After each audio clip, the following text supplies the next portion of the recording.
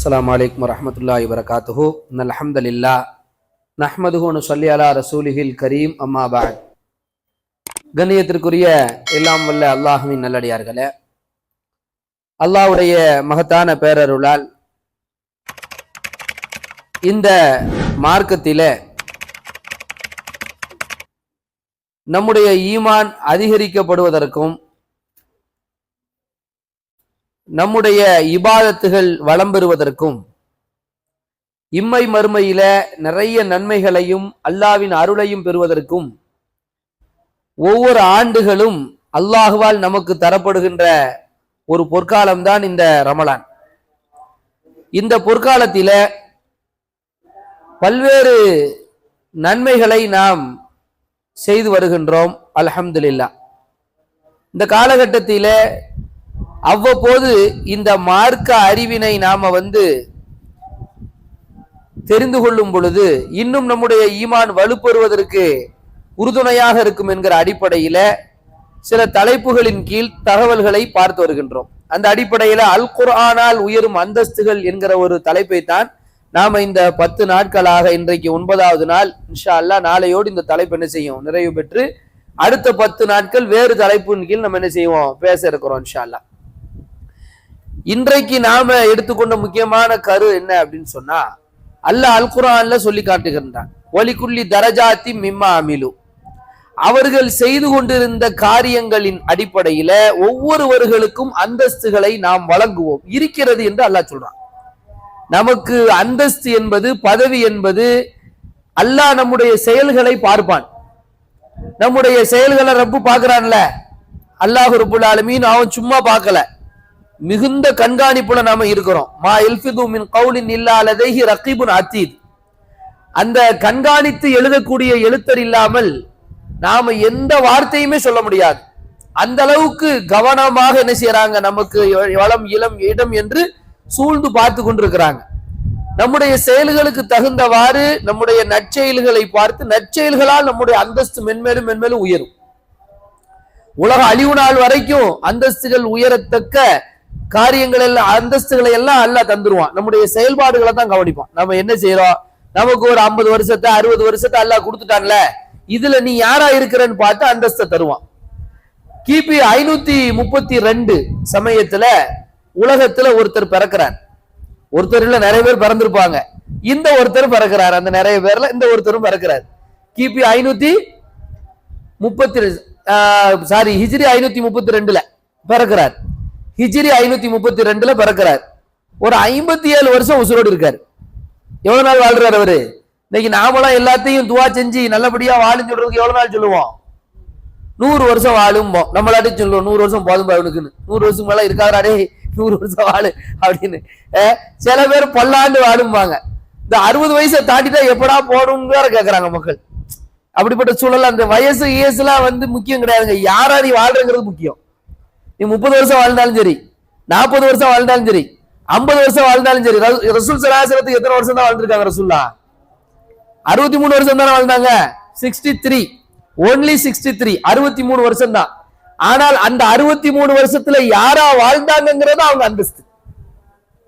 நம்ம 100 வருஷம் வாழணுங்கிறது இல்ல, 50 வருஷம் வாழலாம். இந்த மனுஷன் இன்னைக்கு நான் சொல்ல போற அந்த ஒரு மகான் 57 வருஷம் தான் வாழ்ந்திருக்கிறார். அல்லாஹ்வுடைய தூர் ஸல்லல்லாஹு அலைஹி வஸல்லத்துக்கு பிறகு கிபி 532னா ஹிஜ்ரி 532னா பாத்துக்கிடுங்க. 532 தான். அவங்க ரசூலுல்லாஹ்வுக்கு 500 வருஷத்துக்கு பிறகுதான் என்ன செய்யறாங்க, பிறக்கவே செய்யறாங்க. ஆனா அவருடைய நினைவு உலக அழிய வரைக்கும் மறைக்காது. எப்படி மறையாது? இப்ப உலகத்துல 2வது பள்ளிவாசல் எது? உலகத்திலேயே 2வது பள்ளிவாசல் எது அப்படின்னா பலஸ்தீனில் இருக்கக்கூடிய மஸ்ஜிதுல் அக்ஸா. இதான் 2வது பள்ளிவாசல் உலகத்துல. ஆதம் அலைஹிஸ்ஸலாத்தால கட்டப்பட்டுச்சு. அந்த பள்ளிவாசலை பத்தி பேசின உடனேயே நமக்கு என்ன ஞாபகம் வரும்னா, ஃபர்ஸ்ட் அந்த பள்ளியை கட்டுனது ஆதம் அலைஹிஸ்ஸலாம். காபத்துல்லாவை கட்டின பிறகு 40 வருஷம் இடைவெளியில 2வது பள்ளி ஆதம் அலைஹிஸ்ஸலாம் கட்டுறாங்க. அந்த 2வது பள்ளி இருக்கிற இடம் பலஸ்தீனு. அந்த பள்ளிக்கு பேர் மஸ்ஜிதுல் அக்ஸா, பைத்துல் முகத்தஸ்.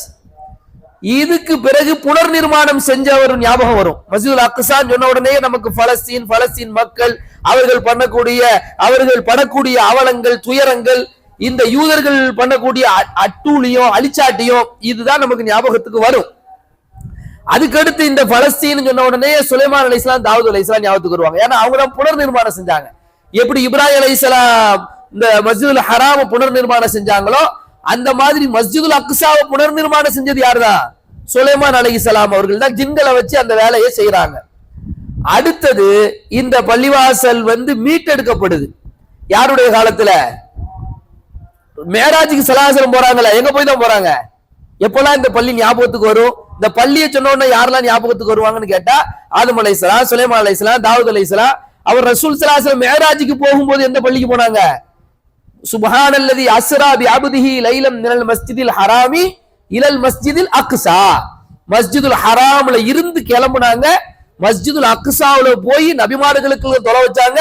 புராக்குங்கிற வாகனத்தை அங்குதான் கட்டப்பட்டு இருந்துச்சு. அங்க இருந்துதான் நேரம் எங்க போனாங்க? வானத்துக்கு போனாங்க. இது ஒரு முக்கியமான பதிவு. அப்ப மஸ்ஜிதுல் அக்ஸான்னு சொன்ன உடனே அடுத்து நமக்கு ஞாபகம் வருது மேராஜ் பயணம். நபிமார்கள் எல்லோரும் தொழுத சூழல், அல்லாஹ்வுடைய தூதர் தொலை வச்சது, இது எல்லாம் நமக்கு ஞாபகத்துக்கு வரும். அடுத்து மஸ்ஜிதுல் அக்ஸான்னு சொன்ன உடனே உமர் இப்னு கத்தாப் ரலியல்லாஹு அன்ஹு தான். அவங்க தான் என்ன செய்யறாங்க? மஸ்ஜிதுல் அக்ஸாவை மீட்டெடுக்கும் நாயகனாக என்ன செய்யறாங்க? மீட்டெடுக்கிறாங்க. உமர் இப்னு கத்தாப் ரலியல்லாஹு அன்ஹுடைய படை தளபதியா இருந்தது யாரு? காலித் பின் வலீத் ரலியல்லாஹு அன்ஹு.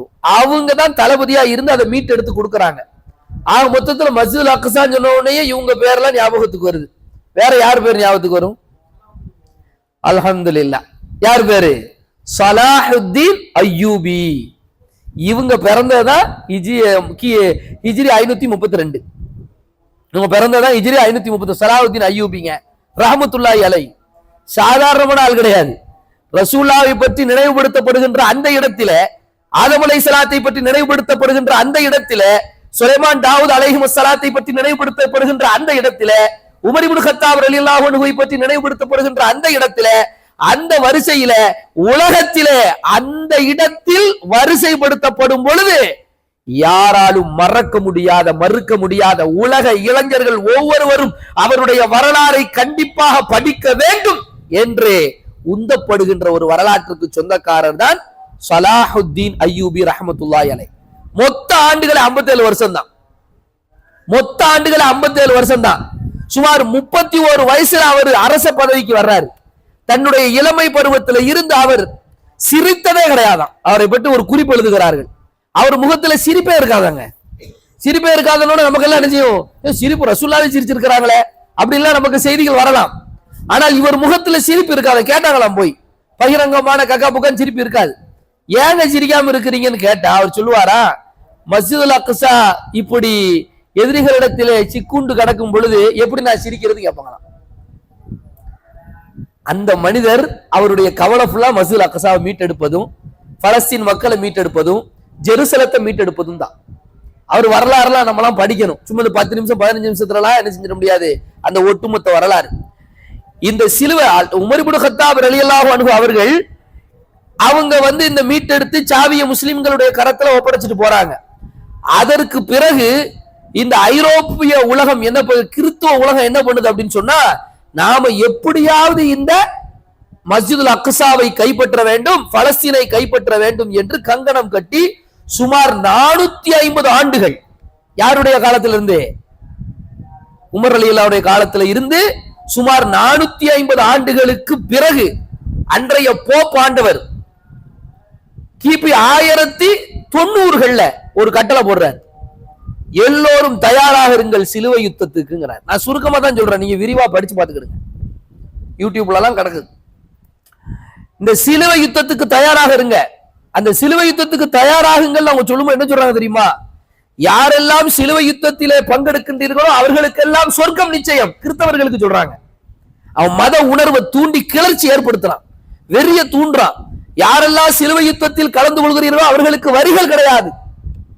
யாரெல்லாம் சிலுவை யுத்தத்திலே கலந்து கொள்கிறீர்களோ அவர்கள் அரச பதவியில நியமிக்கப்படுவீர்கள். யாரெல்லாம் சிலுவை யுத்தத்தில கலந்து கொள்கின்றீர்களோ அவர்களுக்கு அனைத்து சலுகைகளையும் கவர்மெண்ட் செய்யும். அப்படி இப்படி என்று ஏகபோக வரி இலவசங்களையும் சலுகைகளையும் அள்ளி 2 லட்சத்திற்கும் நெருக்கமான படைகளை கிராஸ் போட்டு என்னது சிலுவையை தொங்க விட்டுட்டு சிலுவையை முன்னிலைப்படுத்திய யுத்தம். சிலுவைக்கும் பிறைக்குமான யுத்தம் என்று அறிவிக்கப்படுகிறது. இந்த யுத்தம் சுமார் 150 நடந்துகிட்டே இருக்கு தொடர்ந்து. இவர் பிறக்கிறதுக்கு முன்னாடியே யாரு? சலாஹுத்தீன் அய்யூபி. சலாஹுத்தீன் அய்யூபி தான் இந்த சிலுவை யுத்தத்துக்கு முத்திரை பதிச்சு வச்சதே. அதுக்கடுத்து ஆரம்பிச்சாங்க, அது வேற விஷயம்.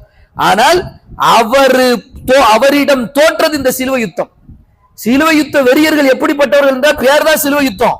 எல்லா பக்கம் இயேசுநாதர் ரொம்ப தங்கமானவர், வல்லவர், யாராவது சிலுவை யுத்தத்தை வந்து பேச சொல்லுங்க பார்ப்போம். இயேசுநாதர் யாருன்னு கேட்டுருவோம். இயேசுநாதர் நல்லவர், அவர் உண்மையிலேயே நபி. ஈசா அலைஹிஸ்ஸலாம் அவருடைய பெயரை சொல்லி சாந்தி சமாதானம் வெள்ளை புறான்னு வர்றாங்களா இல்லையா? வெள்ளை அங்கியை போட்டுட்டு அவங்கள்ட்ட போய் சிலுவை யுத்தத்துக்கு வரப்பா, இந்த சிலுவை யுத்தத்தை வரலாறு படி. ரத்த ஆறு ஓடிச்சாங்க. இந்த சிலுவை யுத்தக்காரர்கள் எங்கெல்லாம் போவாங்களோ, ஆண்கள், பெண்கள், வயோதிகர்கள், நோயாளிகள், சிறுவர்கள் என்ற எந்த பாகுபாடு இல்லாம அறுத்து போட்டு கால் வந்து கண்டை கால் வரைக்கும் ரத்தத்தில் மிதந்தது என்று வரலாறு எழுதப்படுகின்றது. சிலுவை யுத்தம் தான். இந்த யுத்தத்துக்கு முத்திரை பதித்த வெற்றியாளன் சலாஹுத்தீன் அய்யூபி தான். இன்றைக்கு வரைக்கும் மறக்க முடியாது. பலஸ்தீனை பத்தி இன்னைக்கு நினைக்கும் போதெல்லாம் சலாஹுத்தீன் அய்யூபி அவர் ஜெயிச்சு குடிச்சிட்டு போனாரு. அதுக்கடுத்து 800 வருஷம் ஆச்சு அவங்களுக்கு திரும்ப மீட்கிறதுக்கு. அதுக்கப்புறமா தான் திரும்ப யுத்தத்துக்கு ஆரம்பிக்கிறான். அப்போ யுத்தத்துக்கு வந்த ஒரு படை தளபதி ஒருத்தன் நேரா வந்து இந்த சலாஹுத்தீன் அய்யூபியுடைய கல்லறையில நின்னுகிட்டு, கல்லறையில பூட்ஸ் அந்த ஷூ காலை வச்சு மிதிச்சுக்கிட்டு, சலாஹுத்தீன் வா அப்படிங்க. எத்தனை வருஷத்துக்கு அப்புறம்? 800 வருஷத்துக்கு அப்புறம் வந்து மிதிச்சுக்கிட்டு, சலாஹுத்தீன் வா. வெறி, நூற்றாண்டுகள் வெறி. இவ்வளவு பெரிய சிலுவை யுத்த படையை நிமிஷத்தில் ஒரு சிறுவன் தட்டி தூக்கிட்டார அப்படிங்கிற வெறி. வந்து எந்திரி சலாஹுத்தீன், எந்திரி, வந்துட்டோம்.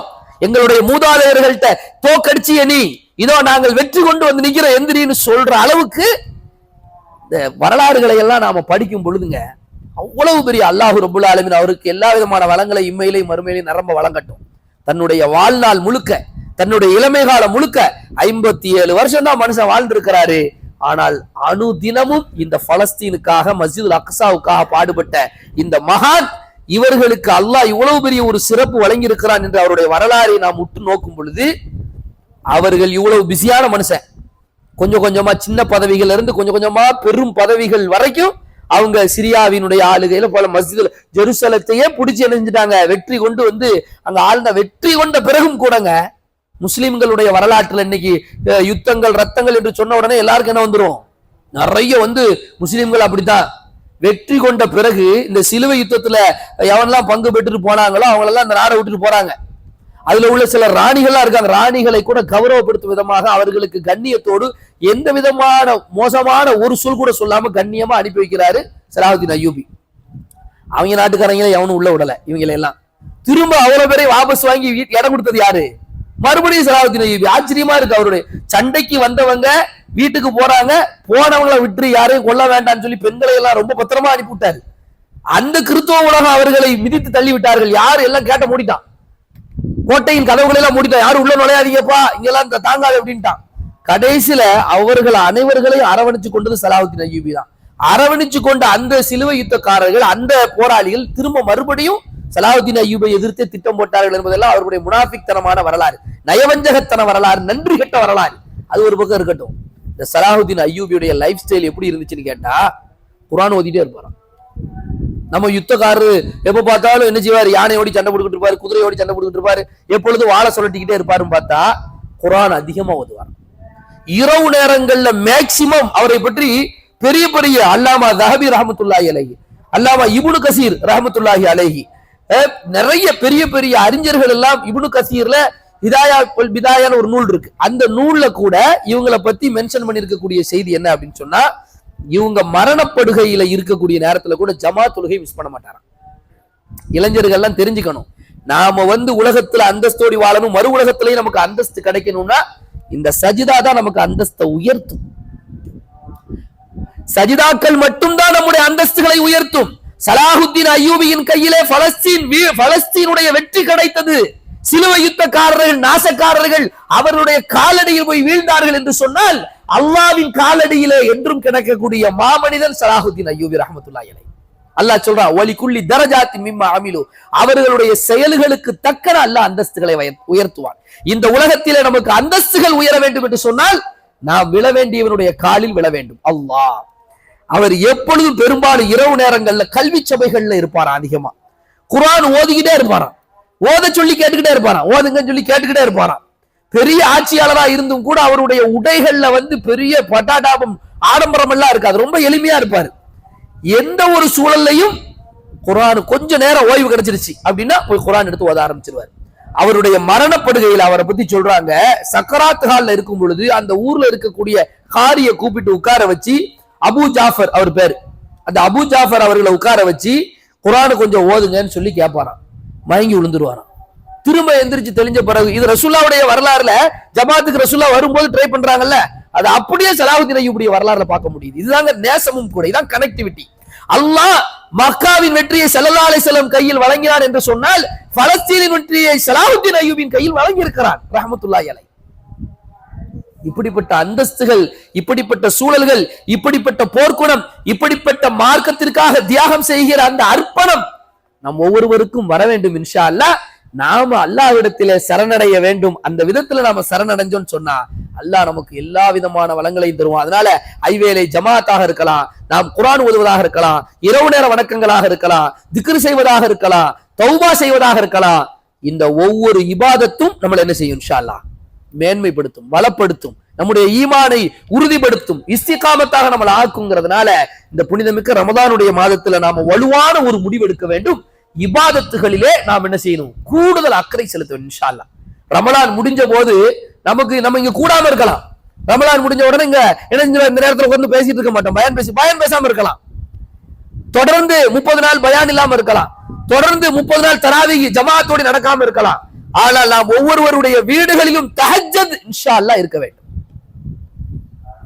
ஒவ்வொருவருடைய ஜமாஅத்தோடு தொழுகை கண்டிப்பா, அது டிஃபால்ட், அது கண்டிப்பா இருக்கணும். அது இல்லைன்னா முஷ்ரிகா காஃபிராங்கிற ஃபத்வாக்கெல்லாம் இருக்குது.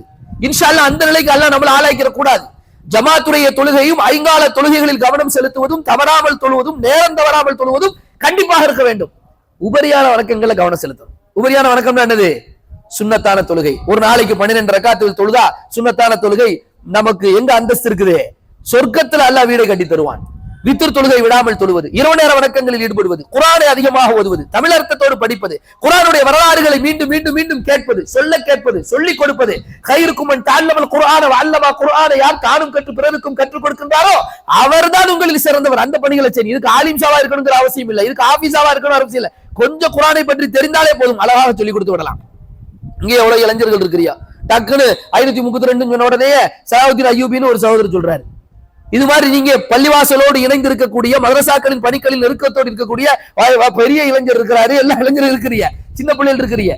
மார்க்கத்துல, இபாதத்துல, வணக்க வழிபாட்டுல நாம கவனம் செலுத்தணும். ரமலானில் மட்டுமல்ல, எல்லா காலங்களிலும். அல்லாஹ் அப்படிப்பட்ட ஒரு சூழலை நமக்கு தரணும்.